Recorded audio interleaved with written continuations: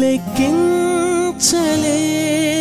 స్తోత్రముల్ దేవా ఎల్లప్పుడూ నే పాడెదన్. Praise the lord. దేవునికి మహిమ కలుగును గాక. అందరూ బాగున్నారా? ఈరోజు దేవుడు మనకిచ్చిన వాగ్దానము రండి కలిసి ధ్యానించుకుందాం. యెషయా గ్రంథము 57వ అధ్యాయము 15వ వచనము. మహాగణుడును మహోన్నతుడును పరిశుద్ధుడును నిత్య నివాసి అయినవాడు ఇలాగూ సెలవిచ్చుచున్నాడు, నేను మహోన్నతమైన పరిశుద్ధ స్థలంలో నివసించేవాడును. అయినను వినయము గల వారిని ప్రాణము ఉజ్జీవింపజేయుటకును, నలిగిన వారి ప్రాణమును ఉజ్జీవింపజేయుటకును, వినయం గల వారి యొద్దను దీన మనసు గల వారి యొద్దను నివసించుచున్నాను.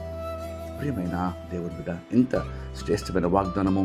పరలోకపు తండ్రి, జీవంగల దేవుడు ఈరోజు నీకు అనుగ్రహిస్తున్నాడు.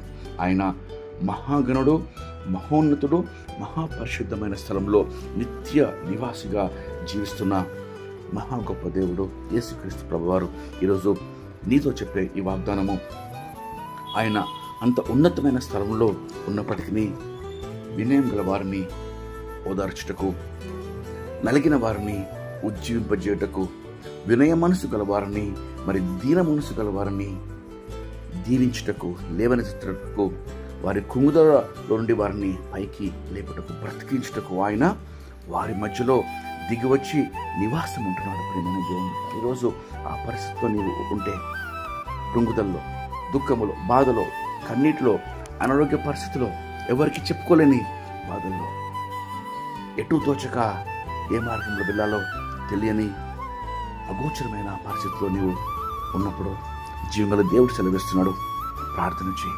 మోకరించి ప్రభువా నాకు సహాయం చేయి అని అడిగినప్పుడు ఖచ్చితంగా నిన్ను ఆయన లేవనెత్తుటకు, ఉజ్జీవింపచేయుటకు, ఆదరించుటకు ఆయన నీ మధ్యలో నివాసం ఉండి నీకు సహాయం చేస్తాడు. రండి కలిసి ప్రార్థన చేసుకొని ఈ వాగ్దానము పొందుకుందాం. ప్రార్థన. మహాపరిశుద్ధమైన మా ప్రియమైన పరలోకపు తండ్రి, ఎంతో శ్రేష్టమైన వాగ్దానం మాకు అనుగ్రహించినారయ్యా. మీరు మహాగణుడు, మహోన్నతుడు, పరిశుద్ధమైన నిత్య నివాసి అయిన దేవా, ఈరోజు కృంగుదల్లో, బాధలో, అనారోగ్య పరిస్థితిలో, ఎటుతోచని పరిస్థితిలో ప్రభువా ఈ దినమందు ప్రార్థనలో ఎక్కించిన ప్రతి ఒక్కరిని తాకండి, లేవనెత్తండి, వారికి సహాయముగా, కేడముగా, రక్షణ దుర్గముగా అయ్యా వారిని ఆదరించి నిలబెట్టి బలపరిచి విజయవంతులుగా నడిపించమని వేడుకొంచు. నీకే సమస్త మహిమ, ఘనత, ప్రభావములు సమర్పిస్తూ యేసు నామములో వేడుకొంచు ప్రార్థిస్తున్నాం.